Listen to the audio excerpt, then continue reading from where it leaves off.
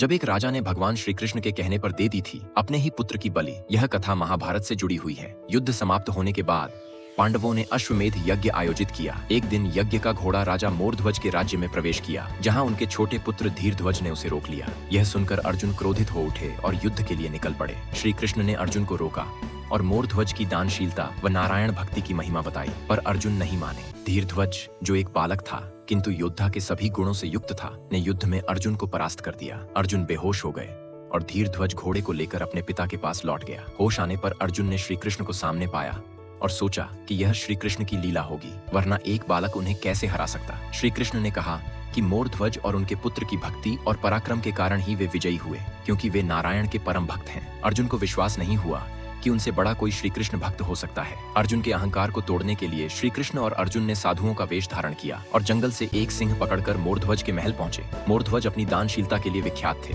उन्होंने साधुओं का स्वागत किया, लेकिन श्री कृष्ण ने कहा कि वे ब्राह्मण हैं और कुछ भी खा लेंगे, किंतु यह सिंह नरभक्षी है। इसके भोजन के लिए मोरध्वज को अपने पुत्र को आरी से काटकर परोसना होगा और इस दौरान उनकी या उनकी पत्नी की आंखों से एक भी आंसू नहीं गिरना चाहिए। यह सुनकर अर्जुन स्तब्ध रह गए, किंतु मोरध्वज अपने आतिथ्य धर्म से पीछे नहीं हटे। उन्होंने अपनी पत्नी और पुत्र को बताया और दोनों राजा के सम्मान के लिए तैयार हो गए। राजा और रानी ने अपने हाथों से आरी लेकर धीरध्वज के 2 टुकड़े किए और सिंह के सामने परोस दिए। सिंह ने धीरध्वज का केवल आधा शरीर खाया। जब रानी ने बचा हुआ आधा शरीर देखा तो उनके आंसू छलक पड़े। श्री कृष्ण ने आंसुओं का कारण पूछा तो रानी ने कहा कि पुत्र का आधा शरीर उपयोग में नहीं आया, जिससे उन्हें दुख हुआ। यह सब देख अर्जुन का धैर्य टूट गया। उन्हें एहसास हुआ कि श्री कृष्ण उनके अहंकार को तोड़ने के लिए यह लीला रच रहे हैं। वे मोरध्वज की भक्ति के सामने नतमस्तक हो गए और श्री कृष्ण से दया की याचना करने लगे। श्री कृष्ण ने अर्जुन का घमंड टूटते देख मोरध्वज और रानी को अपने विराट स्वरूप के दर्शन कराए। तभी केशव ने अर्जुन का घमंड पूरी तरह टूटा। जान रानी से कहा कि वे अपने पुत्र को आवाज दें। रानी ने सोचा